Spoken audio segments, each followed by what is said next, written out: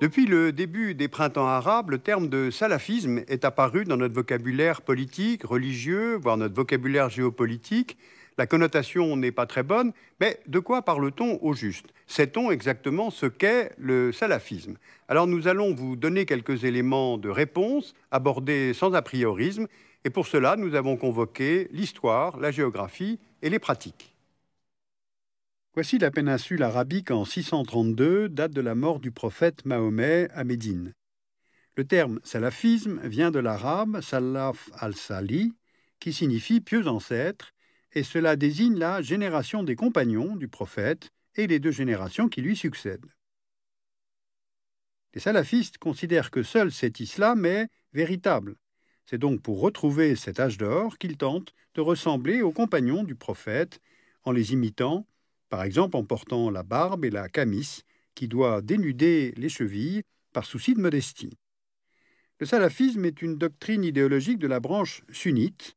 Elle trouve ses racines dans l'école juridique hanbalite, aujourd'hui principalement présente en Arabie saoudite. Dans l'histoire du salafisme, deux personnages ont été influents. Au IXe siècle, Ahmad ibn Hanbal, un théologien ayant vécu en Mésopotamie, c'est lui qui a fondé le hanbalisme, une école conservatrice qui considère que l'innovation est mauvaise et que la raison humaine éloigne du message divin. Et puis il y a, en 1744, dans la péninsule arabique, un disciple de l'école hanbalite, Ibn Abdel Wahhab, qui fait alliance avec un chef tribal originaire de la ville de Daria, dans la région du Nejdj, et ce chef, c'est Ibn Saoud. Et bien ensemble, ils parviennent à réaliser l'unité des tribus arabes. La doctrine wahhabite devient ainsi la force religieuse dominante dans la péninsule, et en 1932, le royaume d'Arabie saoudite est fondé par la dynastie des Saouds, qui règne toujours sur ce pays aujourd'hui. Cette doctrine condamne toute forme d'innovation religieuse et réaffirme le principe de l'unicité de Dieu que l'on appelle Tawhid. Elle considère que les soufis ou les chiites ne sont pas de vrais musulmans et condamne les pratiques et les interprétations venant de l'islam populaire. C'est donc ce modèle saoudien, fondé sur cette alliance entre chefs politiques et religieux sunnites, autant que le message fondamentaliste d'Abdel Wahhab, qui sont les références des mouvements salafistes contemporains. Alors aujourd'hui, plusieurs courants coexistent au sein de la mouvance salafiste. D'abord les salafistes que l'on dit quiétistes, ce sont les plus nombreux, ils ne sont pas violents, prônant la réislamisation des sociétés musulmanes par le bas. Ensuite les salafistes djihadistes, c'est un courant qui est né en Afghanistan pendant la guerre contre l'Union soviétique, un courant qui est minoritaire mais très médiatisé. Il prône le djihad armé contre les impies et contre les gouvernements considérés comme traîtres à l'islam pour instaurer un État authentiquement islamique. Et puis enfin, il y a les salafistes plus récemment politisés. Prenons maintenant 3 exemples de pratiques de cette doctrine, en allant d'abord au Mali. Le Mali compte 16 millions d'habitants, dont 95% de musulmans. Au sud vivent les peuples subsahariens, au nord, les peuples arabo-berbères, parmi lesquels se trouve le peuple touareg, qui nomadise aussi sur les territoires de l'Algérie, de la Libye, du Niger et du Burkina Faso.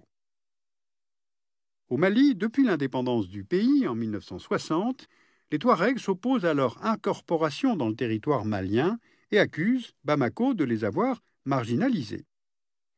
Le 6 avril 2012, un groupe armé de Touaregs, le MNLA, Mouvement national de libération de l'Azawad, conquiert militairement les principales villes du nord Mali, Kidal, Gao, Tombouctou, et déclare ensuite l'indépendance de l'Azawad, ce qui veut dire territoire de la transhumance. Mais ce groupe armé touareg est doublé sur le terrain par un groupuscule salafiste Ansar-Din, ce qui veut dire partisan de la foi, et alors que le MNLA veut instaurer un État indépendant dans l'Azawad, Ansar-Din s'oppose à la scission du pays et veut instaurer la charia sur la totalité du territoire malien. À Tombouctou, les salafistes d'Ansar-Din détruisent plusieurs tombeaux, mausolées, manuscrits, pourtant considérés comme saints par les musulmans. Le courant soufi est très présent dans l'islam malien et Tombouctou est d'ailleurs nommée la cité des 333 saints. Autrement dit, une partie des Touaregs, auparavant adeptes d'un islam rigoriste mais non violent, ont basculé vers le djihad armé pour des raisons religieuses, mais aussi du fait d'un État malien très absent au Nord Mali, et puis il y a aussi des facteurs extérieurs au Mali. D'abord, depuis 2003, AQMI, c'est-à-dire Al-Qaïda au Maghreb islamique, est présent et impliqué dans des trafics de migrants, d'armes, de drogues qui traversent la région, donc l'organisation a de l'argent. Ensuite, des milliers de combattants touaregs enrôlés dans l'armée libyenne sont rentrés au Mali avec armes et munitions après 2011. Et en janvier 2013, c'est bien le mouvement salafiste Ansar Dine qui, avec ses alliés djihadistes, lance l'offensive militaire vers le sud du Mali. Maintenant, allons voir la situation en Égypte. Depuis 1978, une organisation nommée la Prédication salafiste cherche à diffuser la doctrine en Égypte. Sous le régime de Moubarak, elle s'est limitée à la prédication religieuse et à l'action sociale, mais en même temps, elle a été utilisée par le régime pour affaiblir les frères musulmans. Mais depuis la chute de Moubarak en 2011, le salafisme égyptien a évolué vers une forme plus politique, avec la fondation du parti Al-Nour, le Parti de la Lumière, qui appelle à établir la charia dans une Égypte démocratique. Lors des élections législatives de 2011-2012, Al-Nour a obtenu 24% des sièges en jeu, juste derrière les frères musulmans avec 47% des sièges. Donc le parti salafiste est devenu la deuxième force politique du Parlement égyptien. Il a soutenu l'armée égyptienne dans le mouvement de destitution du président Morsi en juillet 2013, suivant en cela l'influence saoudienne anti-frères musulmans. Alors aujourd'hui, le mouvement salafiste égyptien reste divisé entre ceux qui veulent participer au pouvoir. Vous voyez ici une affiche électorale de Al-Nour lors de la campagne de 2011, ceux qui ne veulent pas perdre leur autonomie face aux frères musulmans, et ceux qui réclament l'application immédiate et totale de la charia en Égypte. Troisième cas d'étude, la Tunisie. La plupart des salafistes tunisiens sont quiétistes, non violents, et tentent d'influencer la société par le prêche. Or, depuis la révolution de 2010, le mouvement monte en puissance car la plupart des militants emprisonnés sous le précédent régime ont été libérés. Ainsi, Abou Iyad, libéré en mars 2011, c'est un ancien compagnon de Ben Laden, et il fonde alors un mouvement salafiste de type djihadiste, Ansar al-Sharia, ce qui veut dire les partisans de la charia. Or, en août 2013, le gouvernement de Tunis désigne Ansar al-Sharia comme organisation terroriste, car elle est soupçonnée d'être impliquée dans les 2 assassinats politiques qui ont ébranlé le pays la même année. On sait aussi que les militants d'Ansar al-Sharia sont entraînés en Libye, dans le désert algérien, mais aussi sur le sol tunisien. Regardez sur la carte où se trouve le mont Chambi, entre la ville de Kasserine et la frontière algérienne. C'est là que s'entraînent et viennent se réfugier les combattants d'un maquis djihadiste composé d'Algériens proches d'AQMI, de Libyens du groupe islamique combattant libyen et de Tunisiens liés à Ansar al-Sharia ou bien encore rentrés du Nord Mali ou de Syrie et décidés à poursuivre le djihad sur leur terre natale. En Tunisie, on assiste aussi à l'émergence d'un courant salafiste politique qui pourrait venir concurrencer Ennahda, le parti islamiste au pouvoir depuis la chute de Ben Ali. Bien, on a donc vu le cadre historique, le cadre théorique, quelques exemples conjoncturels. Voyons maintenant qui finance la mouvance salafiste. Eh bien, principalement l'Arabie saoudite et le Qatar. Commençons par l'Arabie saoudite. On trouve des financements saoudiens destinés aux partis salafistes, par exemple en Égypte, mais aussi des mécènes saoudiens qui financent des bourses pour étudier la religion à Médine, Riyad, la Mecque, ou encore financement de la construction d'édifices et de centres religieux à l'étranger, financement par des organisations caritatives islamiques, des membres de la famille royale, des hommes d'affaires, donc un financement saoudien plus ou moins privé. Le Qatar, lui, finance les salafistes qui sont anti-saoudiens.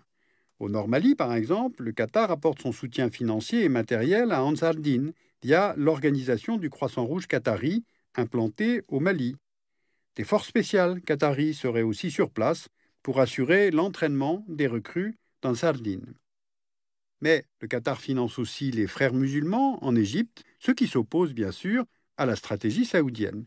Donc on le comprend, il y a concurrence entre Saoudiens et Qataris. Le Qatar cherche à supplanter l'Arabie saoudite dans son rôle de gardien de l'islam, et l'Arabie saoudite se considère comme le dépositaire de la doctrine religieuse islamique. Mais l'Arabie saoudite cherche à mettre en place des réseaux de clientèle et d'allégeance qui lui permettent d'agir en fonction de ses intérêts économiques, mais aussi stratégiques.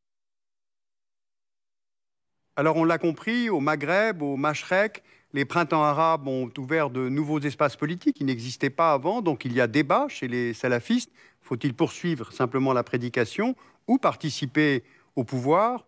En Europe, les salafistes sont tout à fait minoritaires. Ils ont plus un désir de revanche personnelle, peut-être professionnelle, beaucoup plus qu'un projet de prise de pouvoir collective.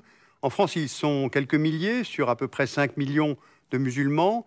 Un tiers d'entre eux ne sont pas nés de familles musulmanes, ils se sont convertis. Et puis enfin, il y a les salafistes djihadistes, c'est-à-dire violents. Ce sont quelques dizaines d'individus. On estime qu'entre 100 et 300 personnes sont suivies et surveillées. L'appareil conceptuel est assez faible, mais le désir de rupture fait penser au vocabulaire des anarchistes du début du XXe siècle et à celui de l'extrême gauche radicale dans les années 70. Vous pouvez lire Le salafisme aujourd'hui de Samir Amghar aux éditions Michalon et Passion arabe de Gilles Kepel aux éditions Gallimard.